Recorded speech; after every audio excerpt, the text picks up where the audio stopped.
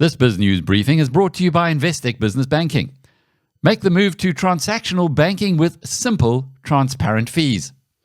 It's Monday, the 17th of February, and this is your BizNews Briefing. In our lead story today, South Africa's Chief Rabbi Warren Goldstein says Trump is good for South Africa. Goldstein took to his YouTube platform to talk to his view on South Africa's relations with Iran, saying that he believes that the relationship will be detrimental to South Africa's greater national interests.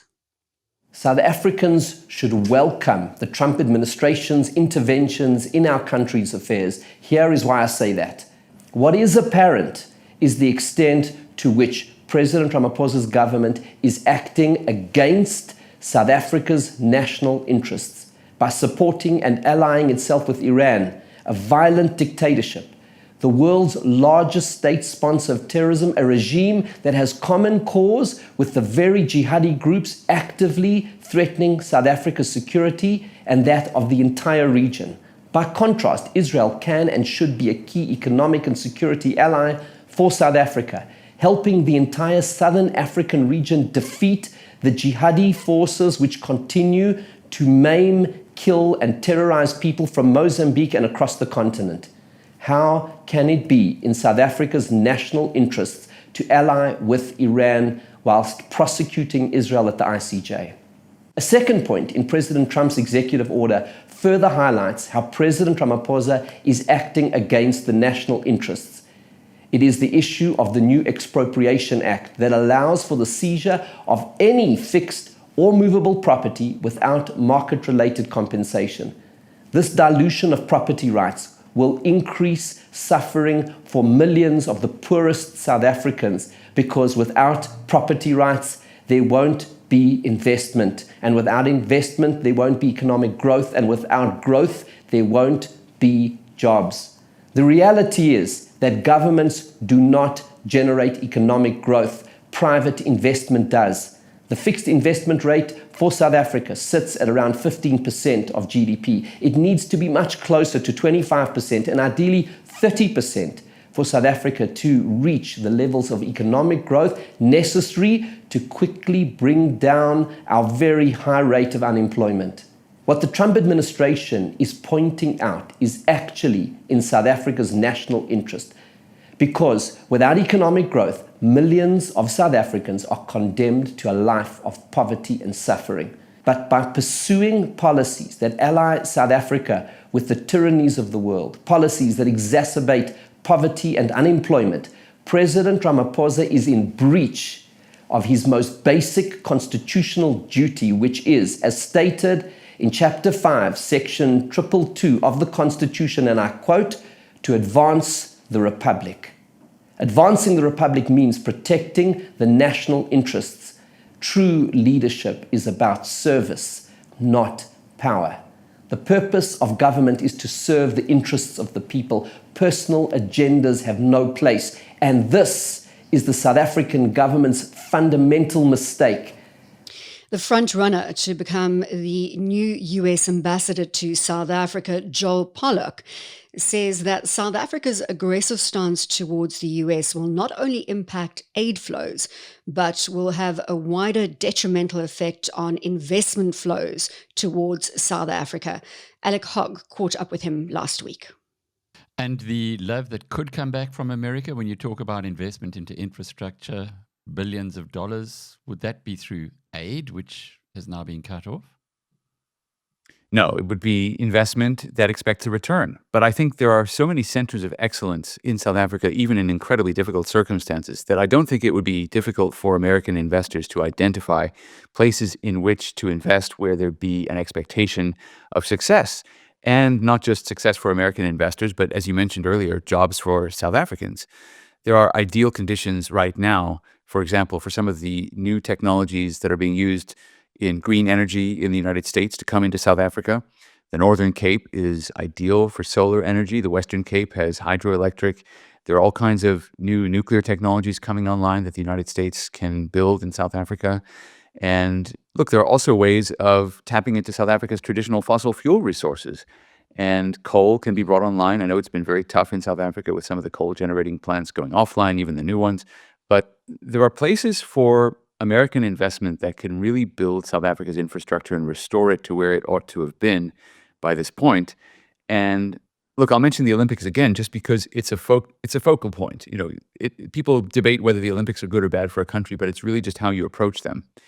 And if you think about it as just a big sporting event, maybe it is a waste of money and you can end up saddled with debt. But if you think about it as a way of motivating a country to move its infrastructure forward, to improve its public safety, to make sure that its residents are employed, I think it can be a way of motivating South Africans and Americans to work together. So I think there are so many different ways that investment can take place. And South Africa does have a lot to offer, but people aren't going to come into the country and invest if, for example, under BEE regulations, they have to hand over 30% of their company or whatever it is. It's just not going to happen. People may sympathize with South Africa's desire to redress the injustice of the past, but they're not going to subsidize it.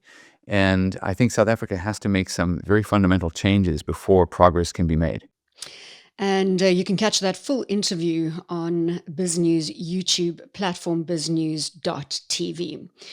Neil de Beer and Chris Steyn sit down every Sunday for a lengthy interview to discuss the politics of the day. And in yesterday's episode, Neil de Beer, the leader of the United Independent Movement, says that the GNU has the ability to change foreign policy to ensure that that foreign policy is aligned with South Africa's national interest. Can the people in the GNU, can they decide tomorrow in Parliament they cut ties with Iran? Yes, they can. It's a foreign policy. Can they decide to resign from BRICS? Yes, they can. Just look at the contract. Can they vehemently deny not to attack Hamas or to attack Hezbollah, but to not support and endorse their actions? Yes, they can. Again, Mr. Lamola, you can issue that instruction. And finally, can we walk away from Iran and conclaves of BRICS, conclaves of every other commitment, and can we cancel our support to the International Criminal Court case that we put against Israel? Yes, we can. Because those matters are not racial, they're not embedded, they're not time-framed, and they're not in the Constitution. Will they? Will they have the balls? Answer, no. Because if the rumor is that they got paid by Iran, someone did, to lay the charge against Israel.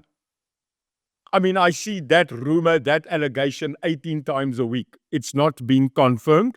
I have not seen the transfer, the EFT or the bank account. But just go with us. Allegedly, you like that word. Allegedly. Anders, the dagbare die lewende uit ons uit. Allegedly, we got paid. So then they can't get out because they voluntarily took it. Let's say they didn't get paid, but they got influenced, which is worse than getting paid, because then you fell for that IQ. They won't withdraw. They will not kick Iran to touch. Number two, they won't leave BRICS. I'll tell you why they won't leave BRICS. Because this country actually foolishly thinks within Cyril, Suki Cyril, and hy sy trawante. Ne? I heard him be called a great word, Chris, and I know we're running out of time, but listen to this word. For the first time, I remembered such a glorified word. Someone called Cyril a mugu. Hy's a mugu. What a word. I am currently investigating the origins of mugu, but let me quickly tell you, if I find it, lovely word. So mugu Cyril, at this current moment, thinks that it's going to kick America to touch. It's going to let the white Afrikaners that want to leave, and then it's going to replace America and the minorities with China. he thinks that he's card up his sleeve is China. Well, let me tell you, that is going to go from hot water to a boiling kettle, because China, when they come to your country, they buy and totally take over your culture. So we are just going to be replaced from one major to another. We're going to use the yuan, which is their currency. They're going to bring 450,000 Chinese, and they're going to put up a Chinese mall and a discount drive-through or takeaway, replacing every McDonald's. And if this is what this government is thinking, if this is your train of thought that you are going to change our economic benefit from America to China, India, and a small little bit of coffee from Brazil, dan is jy 'n moegu. And then we are more murtu than what we think. So answer, Chris, this is not America slapping us because there's a racial problem. They're slapping us because our foreign policy is vehemently against their narrative, and that's the problem we are going to have to address. In the world of business banking, the bottom line can often triumph over relationships. At Investec, we value both. Make the move from business as usual to Investec Business Banking, out of the ordinary. At Sun Exchange, we make going solar simple, profitable, and completely risk-free. Join over 100 satisfied South African customers already enjoying the benefits of risk-free solar. Start saving today. Visit sunexchange.com and join the solar revolution. The Special Investigations Unit has uncovered 1 billion rand in fraud in Eskom, and that is related to Eskom's procurement processes. Earlier, I spoke to Calvin Kem, who is the chair of Strateq Global. He's deeply involved in the South African energy landscape, and he had this to say. It's absolutely disgraceful.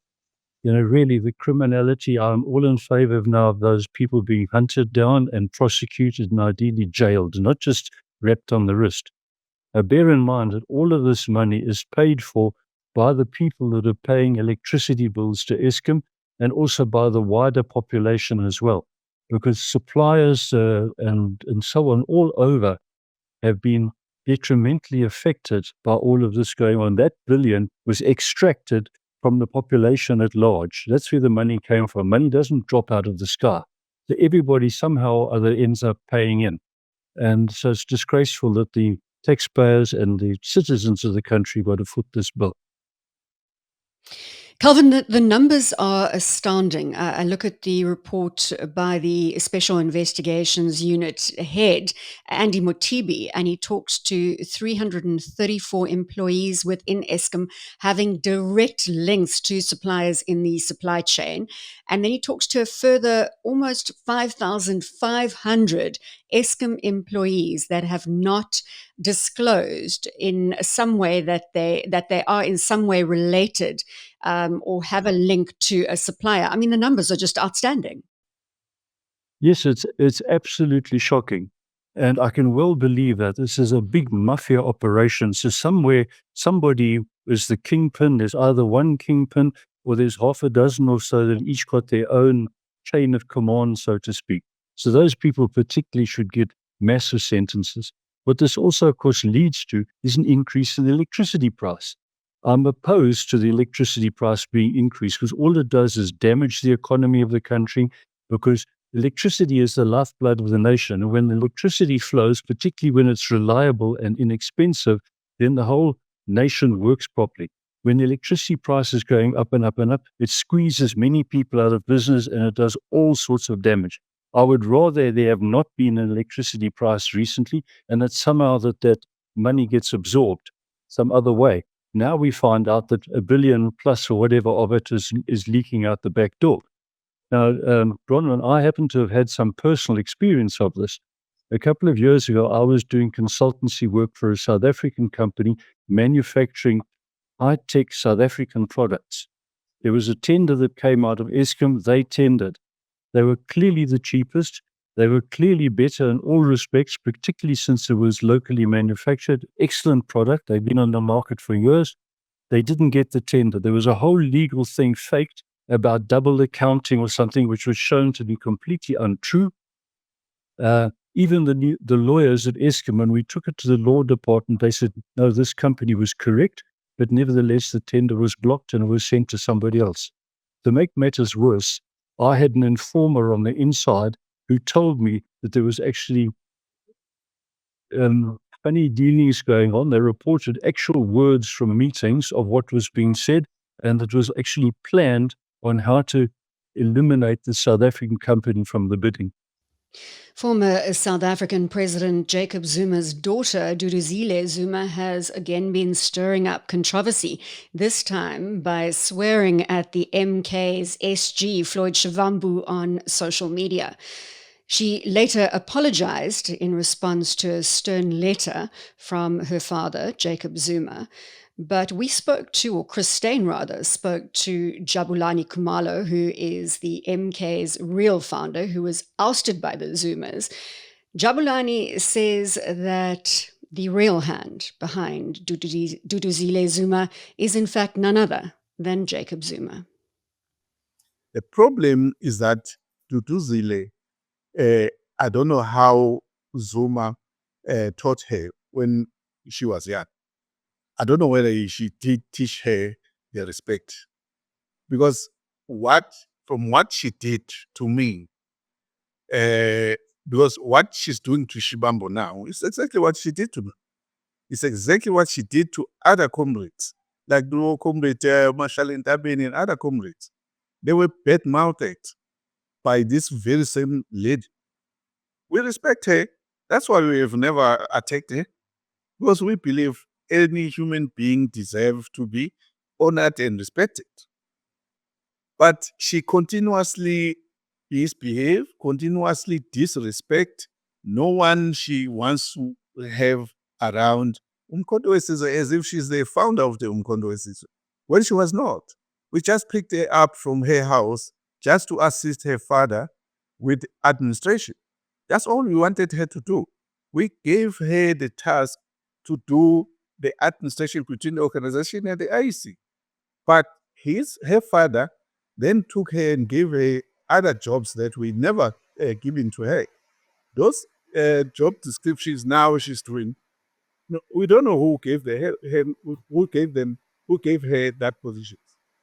So that is why she's doing what she's doing, because she did not get this from us or from the right people.